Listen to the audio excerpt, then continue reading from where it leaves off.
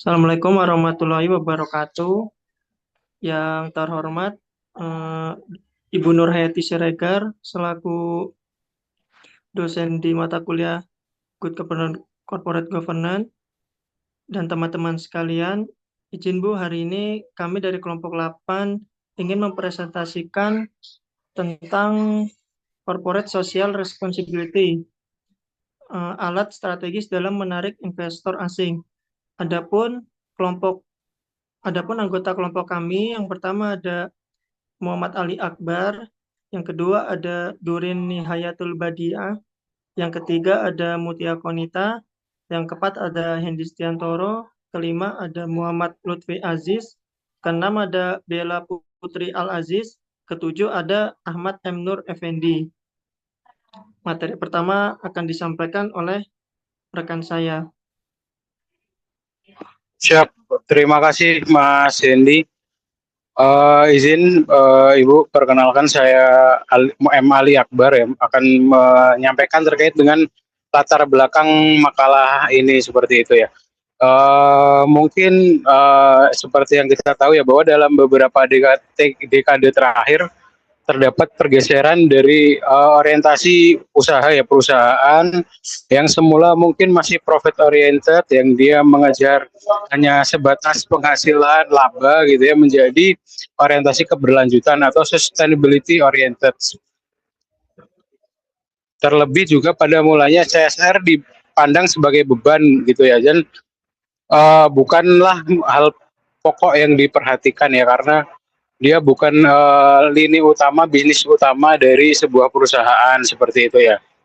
Namun dengannya adanya tadi pergeseran tadi gitu ya bahwa orang-orang makin sadar mungkin terkait sumber daya yang mulai berkurang segala macam pentingnya menjaga kelestarian gitu ya. Jadi CSR ini bisa menjadi poin yang penting dan bisa dimanfaatkan oleh perusahaan untuk menarik minat investor gitu, terutama investor yang memang peduli gitu dengan keberlanjutan alam dan manusia yang berada di atasnya gitu ya. Sehingga CSR ini menjadi lebih strategis untuk bisa menarik masyarakat. Oleh karena itu dalam makalah ini akan dibahas lebih lanjut bagaimana CSR dapat difungsikan sebagai alat dalam menarik investor asing seperti itu.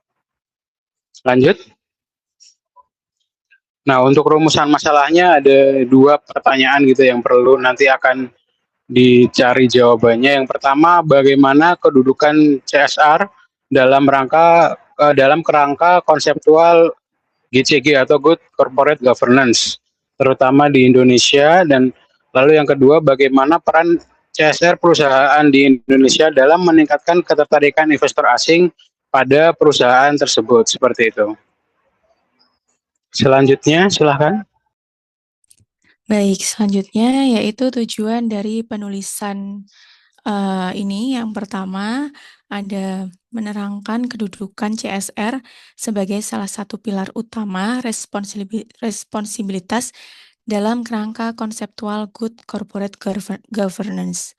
Yang kedua, menganalisis pengaruh pengungkapan Corporate Social Responsibility atau CSR, Environmental, Social, and Governance atau ESG terhadap minat dan keputusan investasi investor asing. Yang ketiga, menganalisis peran Good Corporate Governance atau GCG dalam memperkuat hubungan antara pengungkapan CSR dan peningkatan daya tarik modal asing atau Foreign Direct Investment. Yang keempat, menganalisis tingkat efektivitas pelaksanaan serta mekanisme laporan berkelanjutan CSR perusahaan dalam memitigasi resiko reputasi bagi investor asing. Dan yang terakhir adalah menganalisis pengaruh implementasi kerangka regulasi CSR di Indonesia terhadap penciptaan iklim investasi asing yang kondusif. Selanjutnya, selanjutnya adalah bab 2 di konsep CSR dalam kerangka GCG. Pada bagian ini kita membahas konsep CSR yang terdapat pergeseran paradigma. CSR saat ini tidak lagi hanya dianggap sebagai cost center atau kegiatan filantropi perusahaan, tetapi sudah menjadi bagian dari strategi perusahaan, termasuk sebagai instrumen untuk mengelola resiko reputasi. Artinya, pelaksanaan CSR dapat membantu perusahaan menjaga kepercayaan dan citra positif di mata para pemangku kepentingan.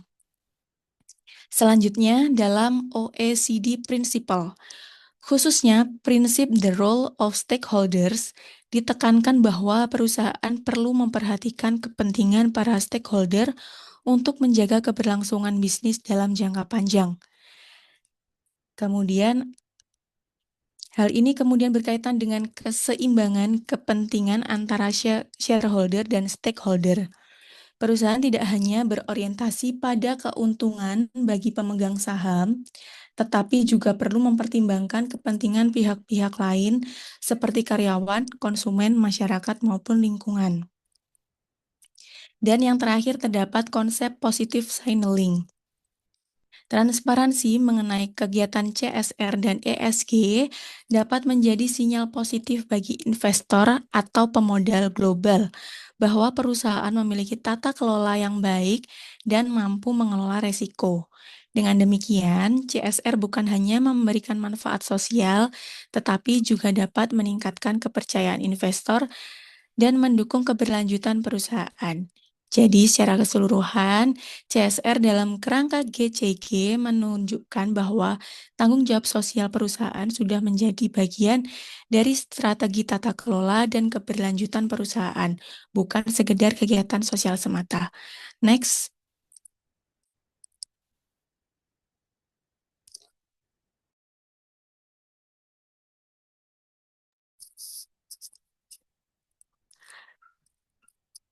Nah, ini ada 5 asas GCG atau tarif dan relevansi CSR.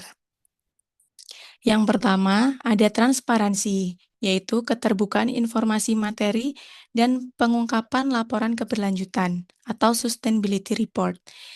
Yang kedua, akuntabilitas, yaitu tentang kejelasan fungsi, struktur, dan pertanggungjawaban organ perusahaan secara efisien dan terukur. Yang ketiga, responsibilitas, yaitu pilar utama CSR. Kepatuhan terhadap regulasi dan kepedulian sosial lingkungan demi menjaga bisnis continuity. Yang keempat ada independensi, yaitu pengelolaan perusahaan secara profesional tanpa benturan kepentingan dan bebas dari intervensi. Dan yang terakhir ada kewajaran, keadilan, dan kesetaraan dalam memenuhi hak-hak seluruh pemangku kepentingan. Selanjutnya,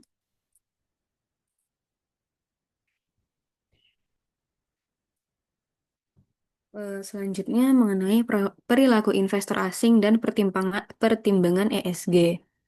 Pada bagian ini dijelaskan bahwa investor asing itu tidak hanya melihat laba atau prospek keuangan perusahaan, tetapi juga menilai aspek ESG perusahaan itu sendiri. Aspek ESG yang terdiri dari environmental, yaitu yang berkaitan dengan pengelolaan lingkungan, kemudian sosial yang berkaitan dengan hubungan perusahaan dengan karyawan, masyarakat, pelanggan, dan pemasok. Sedangkan governance yang berkaitan dengan tata kelola, transparansi, etika, dan pengendalian internal. Pertimbangan ESG ini penting karena risiko lingkungan, sosial, dan tata kelola tersebut dapat berdampak langsung terhadap reputasi, biaya modal, dan keberlanjutan dari perusahaan itu sendiri. Oleh karena itu, CSR yang dilaporkan oleh perusahaan secara baik itu dapat menjadi sinyal positif bagi para investor asing. Lalu selanjutnya,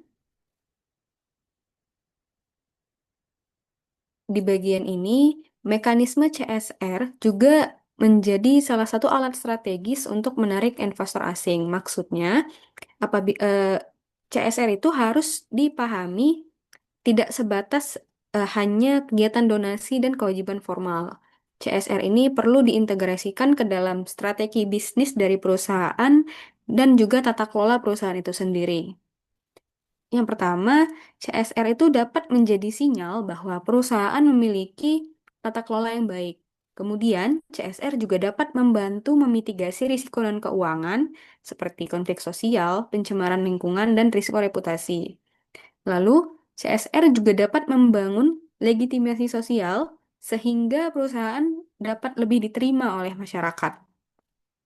Kemudian keempat, CSR itu dapat menjadi pembeda perusahaan di mata investor, sehingga bisa disimpulkan bahwa CSR ini memang dapat meningkatkan kepercayaan investor asing, terutama investor yang berorientasi pada keberlanjutan jangka panjang dari suatu perusahaan. Kemudian bagian selanjutnya akan dijelaskan oleh rekan saya.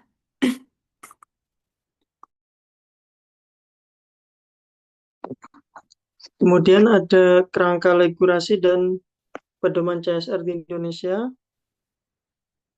Di Indonesia ini sudah diterbitkan berbagai regulasi untuk memastikan CSR itu terus berjalan sebagaimana mestinya.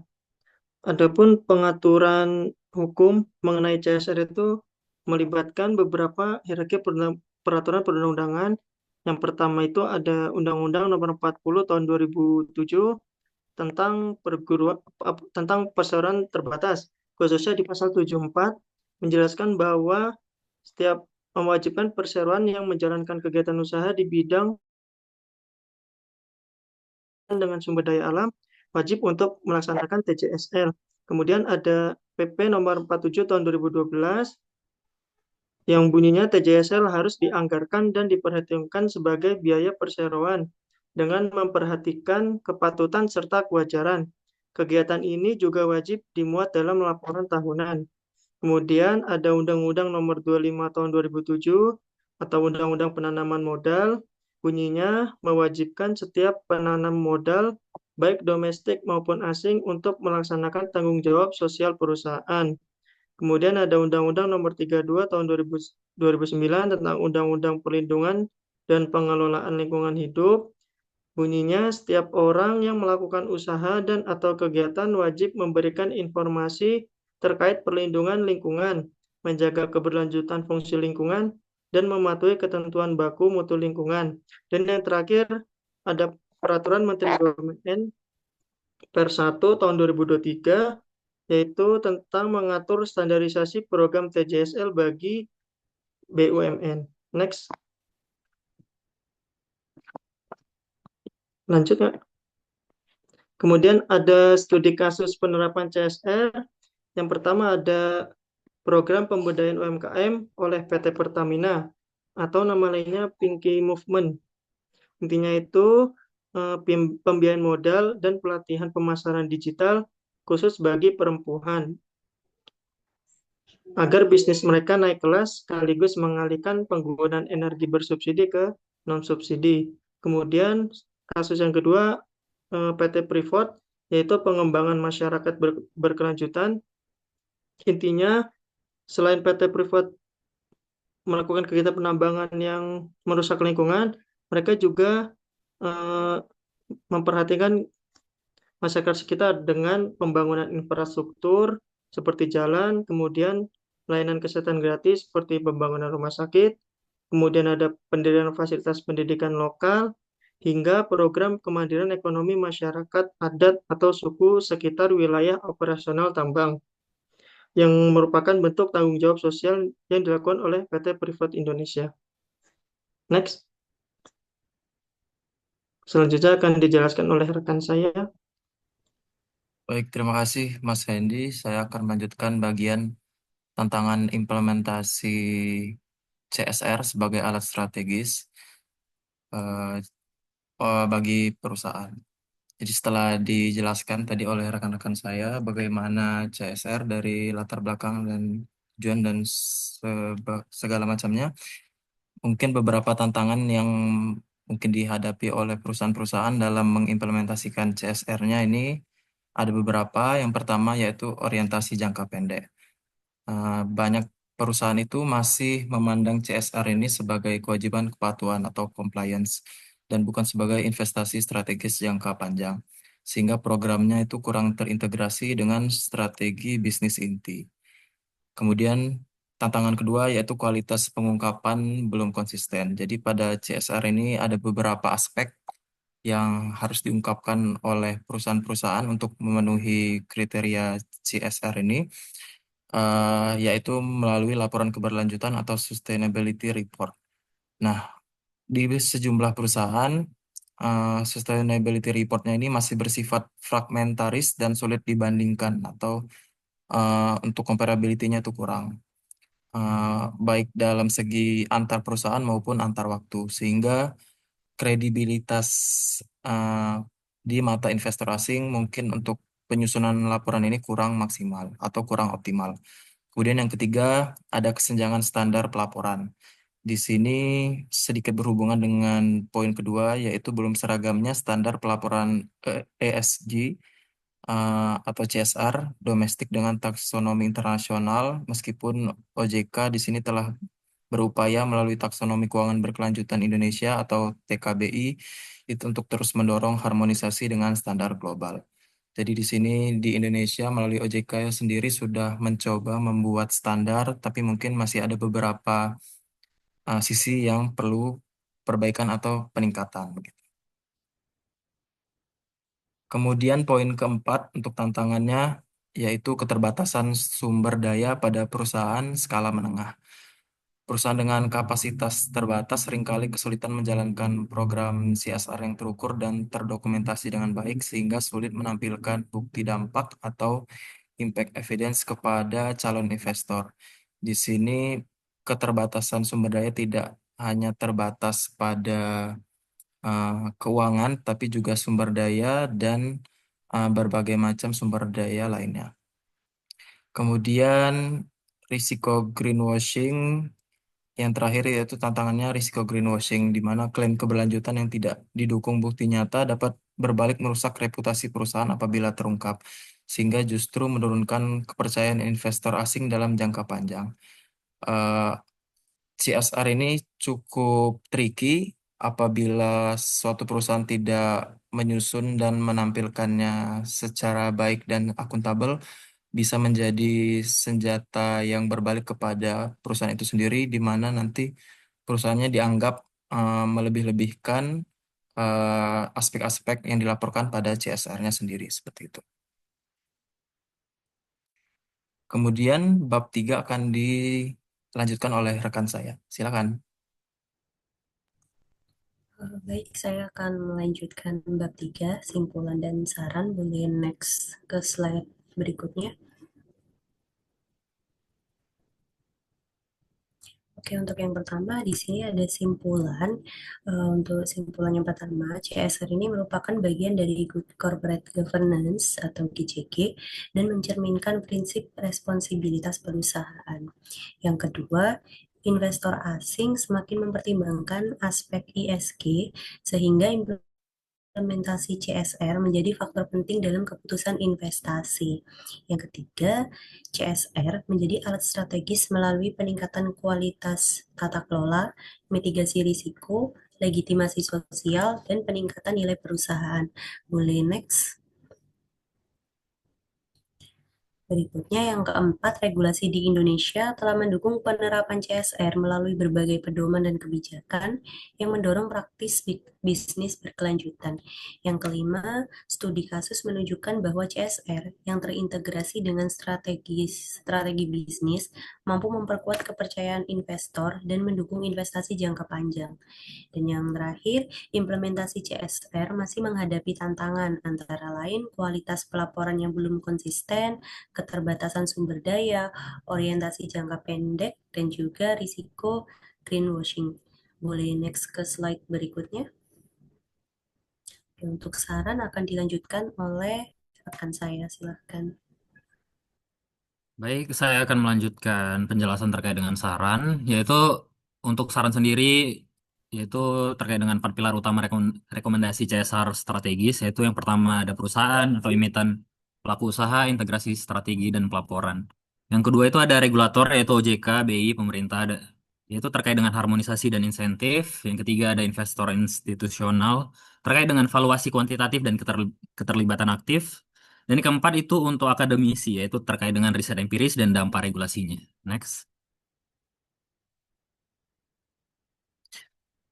Nah, rekomendasi bagi perusahaan nih, yaitu emiten, yaitu yang pertama itu transformasi ke CSV, creating share value, yaitu ubah CSR dari sekedar kepatuhan atau compliance menjadi strategi bisnis inti.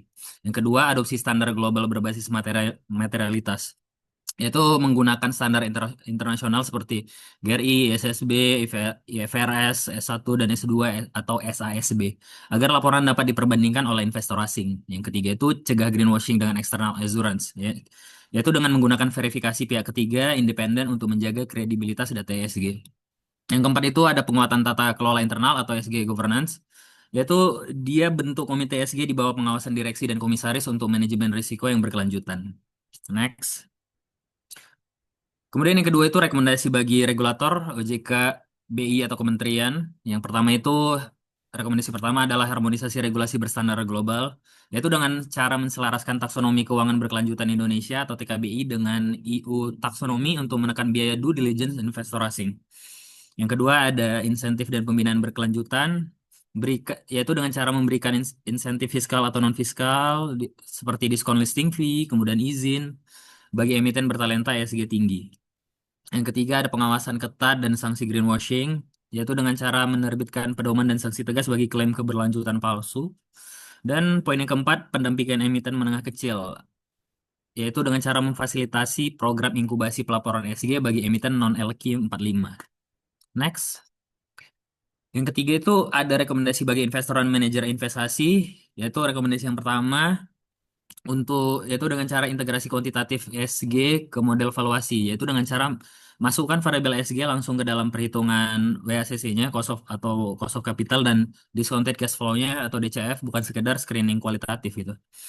Untuk yang kedua, kepemilikan aktif atau active ownership dan stewardship, yaitu dengan cara melakukan dialog proaktif dan menggunakan hak suara atau voting rights di RUPS untuk mendorong pengungkapan keberlanjutan emitennya. Dan yang keempat, rekomendasi bagi akademisi dan riset selanjutnya itu yang pertama adalah penelitian kuantitatif berbasis sektor khusus, yaitu dengan cara menguji dampak tingkat pengungkapan CSR atau ESG terhadap aliran modal asing atau FDI pada sektor berisiko tinggi seperti pertambangan, energi, dan perkebunan. Dan yang kedua untuk rekomendasi bagi akademisi dan riset selanjutnya yaitu kajian efektivitas regulasi baru. Jadi dilakukanlah analisis respon pasar modal terhadap emerging markets, terhadap adopsi standar IFRS, S1 atau S2, dan TKBI. Dan kemudian masuk ke daftar pustaka. Berikut adalah daftar pustaka yang kami masukkan ke dalam ini presentasi kami. Ini menjadikan dasar kami dalam pembuatan materi. Oke, dan kami tutup jika ada kata-kata kami yang salah atau materi kami yang kurang. Kami ucapkan mohon maaf dan kami ucapkan terima kasih atas presentasi ini dan kesempatannya.